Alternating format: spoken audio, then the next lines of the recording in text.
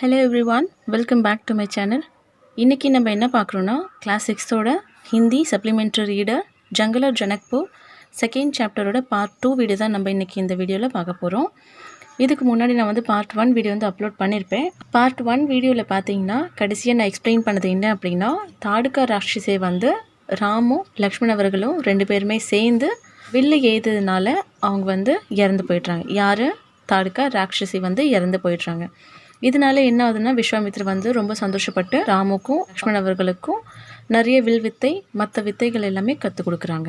இதுதான் வந்து கடைசியாக பார்ட் 1ஓட एंड पॉइंट. இப்போ அதோட कंटिन्यूएशन தான் நம்ம इनके பார்க்க போகிறோம். வாங்க பார்க்கலாம். महर्षि का आश्रम वहाँ से अधिक दूर नहीं था, लेकिन तब तक रात हो चली थी. विश्वामित्र ने वह दूरी अगले दिन तय करने का निर्णय लिया. ताड़का मर चुकी थी, उसका भय नहीं था. तीनों ने रात वहीं बिताई, ताड़का वन में, जो अब पूरी तरह से பயமுக்த் था. மகரிஷியோட அவரோட ஆசிரமம் பார்த்தீங்கன்னா ரொம்ப தூரமாக இல்லை. ஆனாலும் அவங்க நடக்க ஆரம்பித்ததுக்கப்புறம் என்னென்னா இருட்டி போயிடுச்சு. இருட்டி போனதுக்கப்புறம் விஸ்வாமித்ரர் வந்து நெக்ஸ்ட் டே வந்து நம்மளோட பயணத்தை வந்து ஸ்டார்ட் பண்ணலாம். இப்போ இங்கே வந்து இந்த காட்டிலே வந்து நம்ம வந்து தங்கிடலாம். ஏன் அப்படின்னா, இப்போ இந்த காடு வந்து ரொம்பவே சேஃபாக இருக்குது, யாரும் எதுக்காகவும் பயப்பட தேவையில்லை. அந்த ராட்சசி தான் இறந்து போயிட்டாங்க, அதனால அப்படின்னு சொல்லிட்டு அந்த இடத்துல 3 பேருமே தங்க ஆரம்பிக்கிறாங்க. सुबह जंगल बदला हुआ था. अब वह ताड़का वन नहीं था, क्योंकि ताड़का नहीं थी. भयानक आवाज़ें गायब हो चुकी थीं. पत्तों से गुजरती हवा थी, उसकी सरसराहट का संगीत था.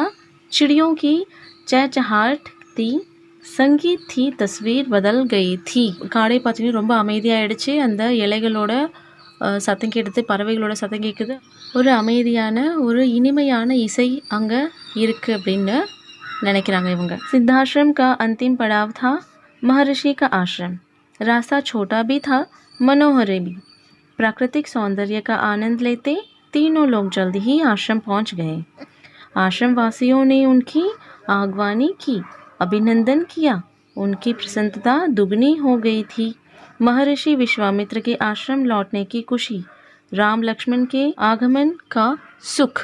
இவங்க வந்து நடக்க ஆரம்பிச்சோன்னே கொஞ்சம் தூரத்துலேயே பார்த்தீங்கன்னா அவங்க மகரிஷியோட ஆசிரம் வந்து போய் சேர்ந்தாங்களாம். சேர்ந்ததுக்கப்புறம் அந்த ஆசிரமில் இருக்க ஆசிரம் வாசியெல்லாம் என்ன பண்ணாங்க, இவங்களை வந்து உபசரிக்கிறதுக்காக ரொம்ப சந்தோஷமாக வந்து இவங்களை வந்து எல்லோரையும் உள்ளே கூப்பிட்டு நல்லா உபசரிக்கிறாங்களாம். இதனால் என்ன ஆகுது, ஆசிரம் வாசி வந்து விஸ்வாமித்ரும் அவரும் திரும்பி வந்துட்டாங்க. ராம் லக்ஷ்மணும் சேர்ந்து வந்திருக்கிறதுனால அவங்களோட சந்தோஷம் பார்த்திங்கன்னா ரொம்ப ரெட்டிப்பாயிடுச்சு அப்படின்னு சொல்லிட்டு எல்லோரும் சந்தோஷப்படுறாங்க.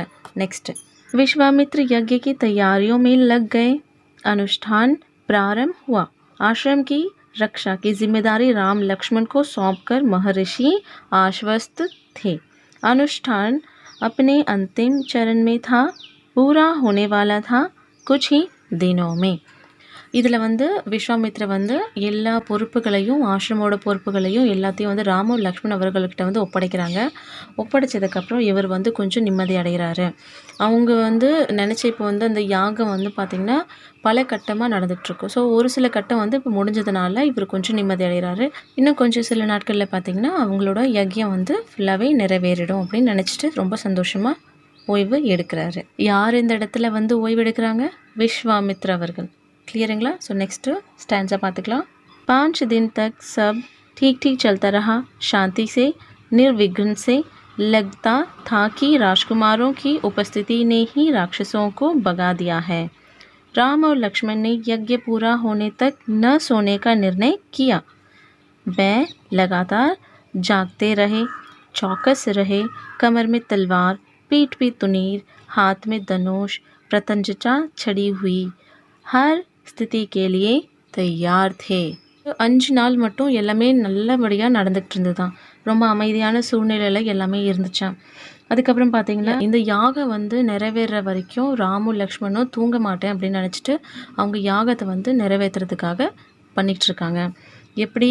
அவங்க கையில் வாளோட முதுகில் வந்து பார்த்திங்கன்னா அந்த துணீர், ஓகே, பீட் அப்படின்னா முதுகில் பார்த்திங்கன்னா துணீர் சொல்லிட்டு ஒரு வெப்பன் வச்சுருக்காங்க.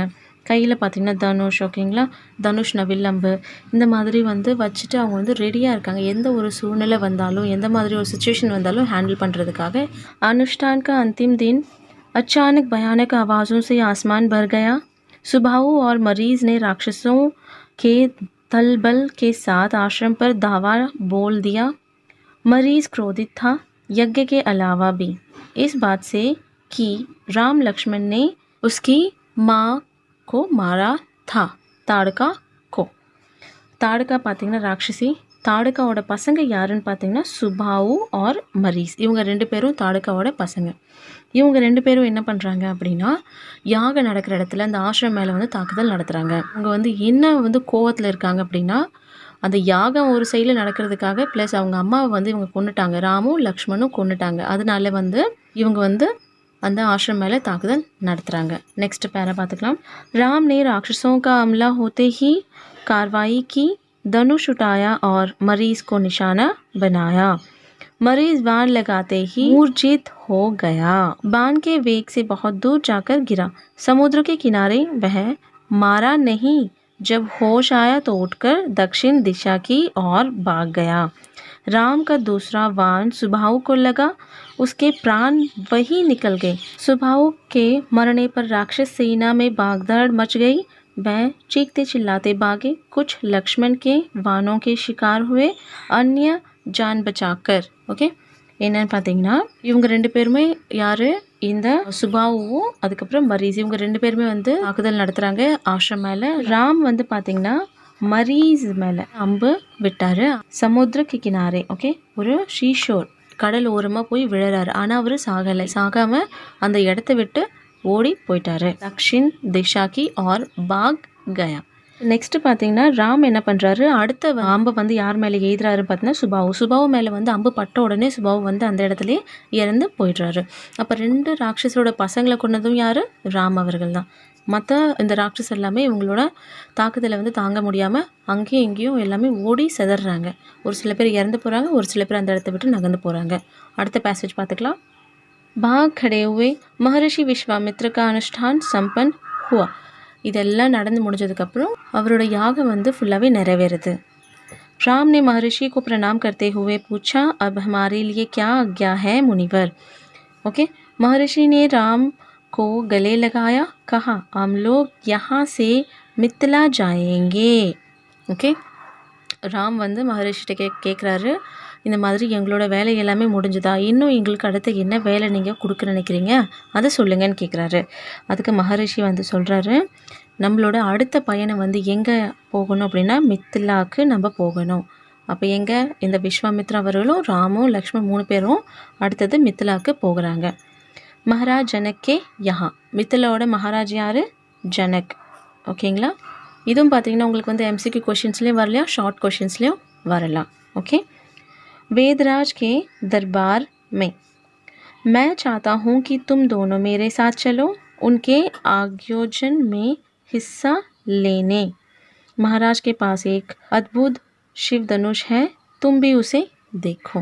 நான் மிथिलाக்கு போகிறேன், நீங்கள் 2 பேருமே என்னோட வரணும். ஏன்னா மகாராஜ் ஜனக் ஒரு ஆயோஜன் அங்கே ரெடி பண்ணியிருக்காங்க. அதில் எல்லாருமே கலந்துக்கிறாங்க, நானும் கலந்துக்க போகிறேன். அங்கே பார்த்தீங்கன்னா பெரிய ஒரு அற்புதமான அங்கே வில் அம்பு இருக்குது. தனுஷ் அப்படின்னா பார்த்தீங்கன்னா வில் அம்பு வச்சுருக்காங்க. அதை நான் பார்க்க போகிறேன், நீங்களும் என்னோட பாருங்கன்னு சொல்லியிருக்காரு. राम और लक्ष्मण अगली यात्रा को लेकर उत्साहित थे. नए स्थान देखने और जानने का अवसर. सोन नदी पार कर विश्वामित्र मिथिला की सीमा के पास पहुँचे. अपने शिष्यों और राजकुमारों के साथ वह गौतम श्री के आश्रम से होते हुए नगर में पहुँचे. எந்த ஆசிரமில் இருந்து க்ராஸ் பண்ணி போனாங்க, கௌதம் ஸ்ரீ அவரோட ஆசிரமில் இருந்து க்ராஸ் பண்ணி போனாங்க. எந்த நதியை க்ராஸ் பண்ணி போனாங்க, சோன் நதி பார். ஓகே, புரிஞ்சுதுங்களா?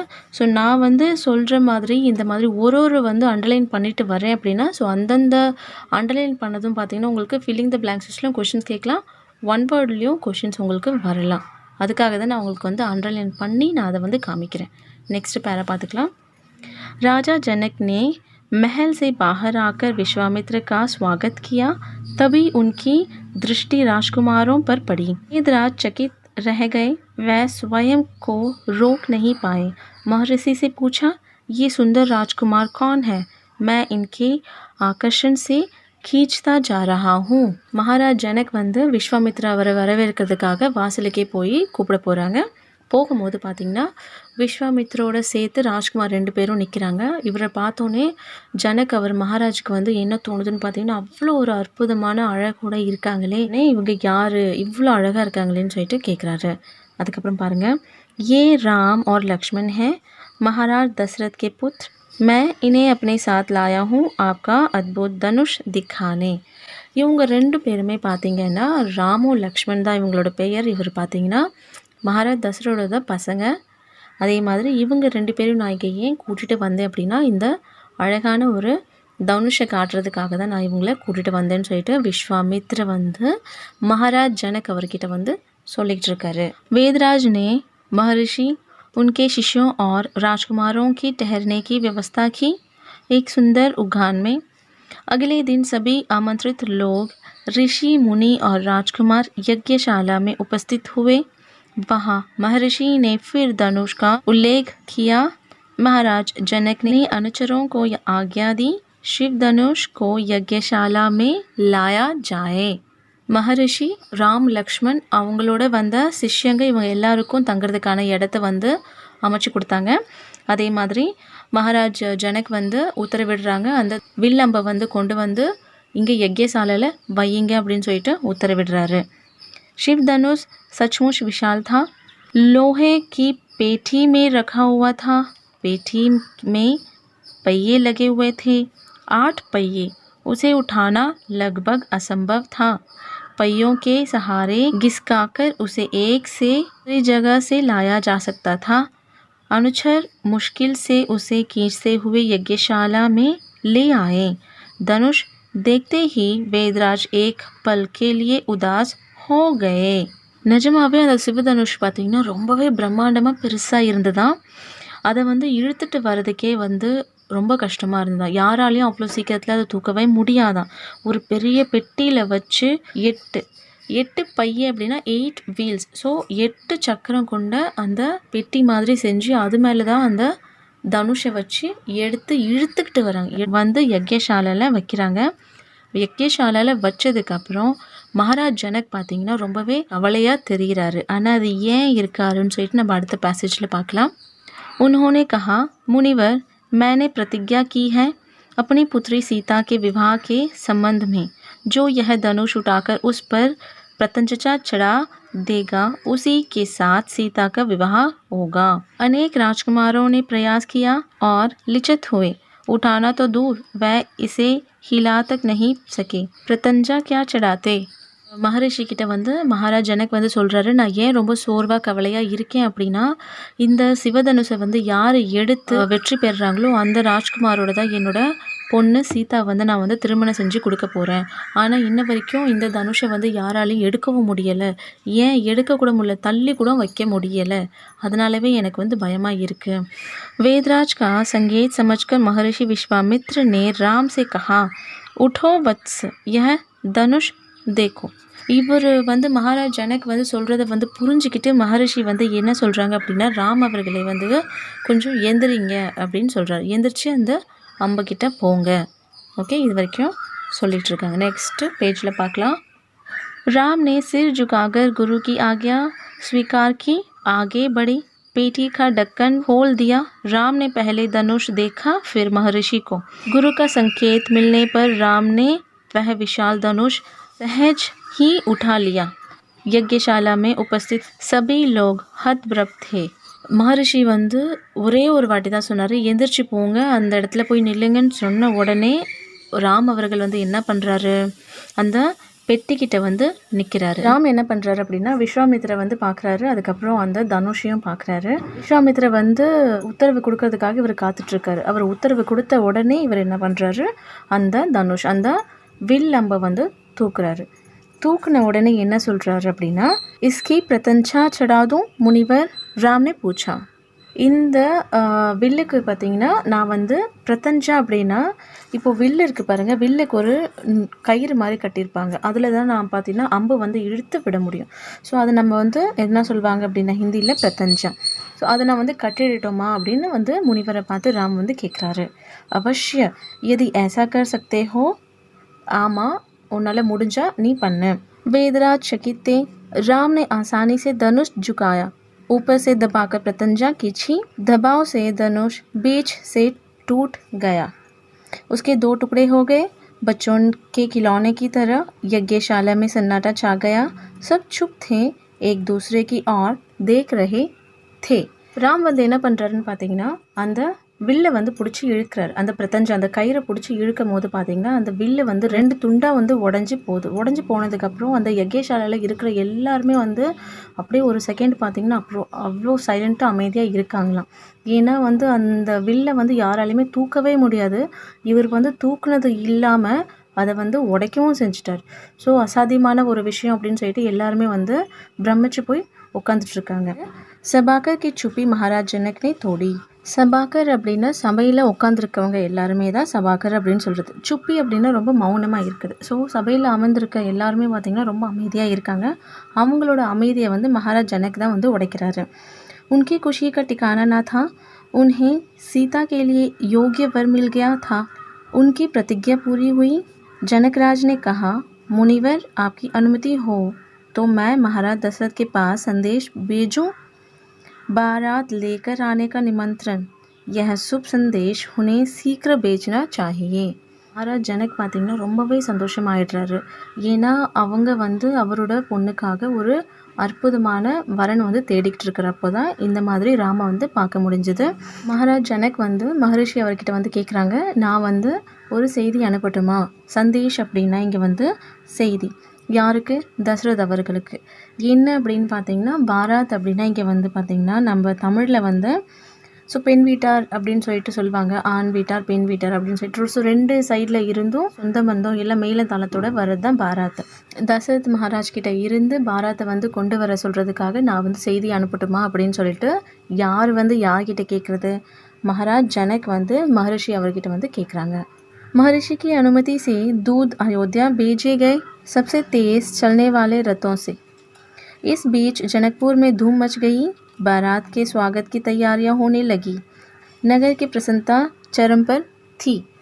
இது பார்த்தீங்கன்னா மகரிஷி வந்து அவரோட அனுமதி வந்து கொடுத்துட்டாரு. ஓகே, நீங்கள் வந்து உங்களோட செய்தி வந்து நீங்கள் தசரத் மகாராஜ்கிட்ட அனுப்பலாம் அப்படின்னு சொன்ன உடனே தூத் அப்படின்னா இங்கே வந்து நம்ம தமிழில் என்ன சொல்லுவோம் பார்த்தீங்கன்னா ஒற்றன். அந்த காலத்தில் பார்த்திங்கன்னா ஒரு ராஜா வந்து இன்னொரு ராஜாவுக்கு வந்து செய்தி வந்து அனுப்பும் போது யார்கிட்ட கொடுத்து அனுப்புவாங்கன்னு பார்த்திங்கன்னா ஒற்றன் கிட்ட. ஸோ ஒரு பர்சன் கிட்ட தான் கொடுத்து அனுப்புவாங்க. தூத் அவர் வந்து அயோத்தியா நகரத்துக்கு வந்து அனுப்பி விட்டுறாங்க. அதுவும் என்ன தேஜ் சல்னிவால்னு ரொம்ப வேகமாக நகரக்கூடிய அப்படின்னா ரதத்தில் வந்து அனுப்பி விடுறாங்க. இதுக்கு இடையில் பார்த்திங்கன்னா ஜனக்பூரில் பார்த்திங்கன்னா ஒரே சந்தோஷம் கோலாகலமாக இருக்குது. பாராத் வர்றதுக்காக இவங்க எல்லாமே காத்துக்கிட்டு இருக்காங்க. ஸோ ஒரு சாப்டர்ஸும் படிச்சுட்டு போகும்போது பார்த்திங்கன்னா ரொம்பவே இன்ட்ரெஸ்டிங்காக இருக்குது. எனக்கே ரொம்ப இன்ட்ரெஸ்டிங்காக இருக்குது. ஸோ இதோட பார்ட் 1 வந்து பார்த்திங்கன்னா நான் வந்து கீழே டிஸ்கிரிப்ஷனில் லிங்க்கை கொடுக்குறேன். நீங்கள் வந்து பார்ட் 1 நீங்கள் வந்து பார்த்துட்டு வந்து இதையும் நீங்கள் பார்த்தீங்கன்னா உங்களுக்கு அப்போ தான் வந்து ஸ்டார்டிங்கில் இருந்து என்னெல்லாம் நான் வந்து எக்ஸ்பிளைன் பண்ணியிருக்கேன்னு சொல்லிட்டு உங்களுக்கு வந்து புரியும். ஓகேங்களா? ஸோ இப்போ வந்து நம்ம இதை பார்த்துக்கலாம். महाराज जनक का संदेश मिलते ही अयोध्या में भी खुशी छा गई. महाराज जनकोட செய்தி கிடைச்ச உடனே அயோத்தியா நகரம் கூட கோலாகலமாக கொண்டாட ஆரம்பிச்சிட்டாங்க. ஆனந்த் ஃபானன் மே பாராத் தயாரி हुई. ஆனந்த் ஃபானன் அப்படின்னா ரொம்ப ஆரவாரத்தோட இந்த பாராத் தாள மேளத்தோட எல்லாமே ரெடி ஆகிட்டுருக்காங்க. हाथी घोड़े रथ सेने बारात को मिथिला पहुँचाने में 5 दिन लग गए. எத்தனை நாள்? 5 दिन. இதுவும் பார்த்திங்கன்னா உங்களுக்கு வந்து ஒரு ஷார்ட் கொஷின் ஆன்சர். ஓகேங்களா? ஸோ ரொம்ப ஆரவாரத்தோடு எல்லாம் ரெடி ஆகிறாங்க. என்னன்னு பார்த்தீங்கன்னா ஹாத்தினா உங்களுக்கு இங்கே யானை, கோடை குதிரை சவாரி, அதுக்கப்புறம் ரதம், இதெல்லாமே ரெடியாக எடுத்துகிட்டு எங்கே போகிறாங்க? இங்கே மித்திலா. ஓகே, எங்கேருந்து? அயோத்தியா நகரத்தில் இருந்து மித்திலா நகரத்துக்கு போகிறதுக்கு எத்தனை நாள் ஆச்சு? 5 நாள் ஆயிடுச்சு. ஸோ இவங்க எல்லாருமே போய் मिथिलाவை अड़ेरांगा. जनकपुरी जगमगा रही थी. हर मार्ग पे तोरणदार, हर जगह फूलों की चादर, एक एक कोना स्वासिद, हर घर के प्रवेशद्वार पर वंदनवार, एक एक घर से मंगल गीत, मुख्य मार्ग पर दर्शकों की उपहार भीड़, खिड़कियों और छज्जों से झांकती महिलाएं. एक नज़र राम को देख लें, राम सीता की जोड़ी दिख जाए. என்னன்னு பார்த்தீங்கன்னா எல்லாருமே இந்த மித்திலா ராஜ்யமே வந்து கோலாகலமாக இருக்குது. ப்ளஸ் இங்கே பார்த்தீங்கன்னா எல்லாருமே வந்து ரொம்ப சந்தோஷத்தோடு வரவேற்கிறாங்க. எப்படி இருக்கா அந்த இடமே பார்த்தீங்கன்னா நல்ல பூவால் அலங்கரிக்கப்பட்டதாக இருக்கான். எல்லா இடத்துலையும் பார்த்தீங்கன்னா தோரன்தார் அப்படின்னா நம்ம வாசலில் கட்டுவோம் தோரணை, அந்த மாதிரி எல்லா இடத்துலையும் கட்டி அழகப்படுத்தியிருக்காங்க. ஒவ்வொரு வீட்லேயும் பார்த்தீங்கன்னா மங்களகரமான பாட்டு எல்லாமே பாடிக்கிட்டு இருக்காங்க. முக்கிய மார்க் அப்படின்னா ஒவ்வொரு இம்பார்ட்டண்ட்டான இடத்துல எல்லாம் பார்த்தீங்கன்னா எல்லாரும் வந்து ஒரு ப்ரெசென்ட்டோட காத்துட்ருக்காங்களாம். அதே மாதிரி ஜன்னலில் அதுக்கப்புறம் மாடியில் இருந்து எல்லாருமே வந்து பார்த்தீங்கன்னா மகிழாயே அப்படின்னா பெண்கள் எல்லாமே எட்டி பார்த்துட்ருக்காங்க. ராமு சீதாவையும் ஒரு தடவையாவது நம்ம வந்து பார்த்துடணும் ஜோடியா அப்படின்னு சொல்லிட்டு எல்லாருமே அவளோட காத்துட்ருக்காங்க. विवाह से ठीक पहले वेदराज ने महाराज दशरथ से कहा, राजन, राम ने मेरी प्रतिज्ञा पूरी कर बड़ी बेटी सीता को अपना लिया. मेरी इच्छा है कि छोटी पुत्री उर्मिला का विवाह लक्ष्मण से हो जाए. मेरे छोटे भाई कुशध्वज की भी 2 पुत्रियां हैं, मांडवी और शुद्धकीर्ति. कृपया उन्हें भरत और शत्रुघ्न के लिए स्वीकार करें. மகாராஜ் ஜனக் பார்த்தீங்கன்னா மகாராஜ் தசரத் கிட்ட வந்து சொல்கிறாரு, என்னோட பிரதிக்யா ஆசையை வந்து இவர் நிறைவேற்றினார். யார்? ராம். அவர் நிறைவேற்றினதுனால பெரிய பொண்ணு சீதா வந்து கல்யாணம் பண்ணி கொடுக்க நான் ஒத்துக்கிட்டேன். இப்போது என்னோடய பொண்ணு பார்த்தீங்கன்னா 2வது பொண்ணு யார் அப்படின்னா உர்மிளா. ஸோ அவங்கள வந்து உர்மிளாவை வந்து நீங்கள் வந்து லக்ஷ்மணுக்கு கல்யாணம் பண்ணி வச்சா இன்னும் நல்லா இருக்கும். அதை தாண்டி என்னோடய தம்பி பார்த்தீங்கன்னா குஷ்த்வஜ். ஸோ அவருக்கும் பார்த்தீங்கன்னா 2 பெண்கள் இருக்காங்க. ஸோ அந்த 2 பெண்களையும் பார்த்தீங்கன்னா நீங்கள் என்ன பண்ணலாம், உங்களுக்கு பரத் சத்ருகனுக்கு நீங்கள் வந்து கல்யாணம் பண்ணி வைக்கலாம் அப்படின்னு சொல்லிட்டு ஒரு ஐடியா வந்து யார்? மகாராஜ் ஜனக் வந்து மகாராஜ் दशरथ को வந்து சொல்கிறாங்க. ராஜா दशरथ ने यह प्रस्ताव तत्काल मान लिया. महाराज दशरथ வந்து महाराज जनक சொன்னதை வந்து ஏற்றுக்கிட்டாங்க. विवाह के बाद बारात कुछ दिन जनकपुरी में रुके. बाराती बहुओं को लेकर अयोध्या लौटे तो रानियों ने पुत्र वधुओं की आरती उतारी. स्त्रियों ने फूल बरसाए. संग ध्वनि से खलियाँ गूंज उठी. यह आनंद उत्सव लगातार कई दिनों तक चलता रहा.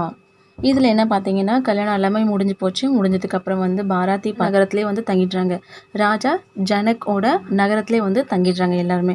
புத்திர வதுவும் அப்படின்னா ராஜ்குமார் ராஜ்குமாரியை எல்லாமே என்ன பண்ணுறாங்க, ராணிங்க வந்து ஆரத்தி எடுத்து வரவேற்கிறாங்க. அதே மாதிரி அங்கே இருக்கிற ஸ்திரியா அப்படின்னா பெண்கள். ஸோ அங்கே இருக்க பெண்கள் எல்லாமே என்ன பண்ணுறாங்க, மலர் தூவி எல்லாருமே வந்து வரவேற்கிறாங்க.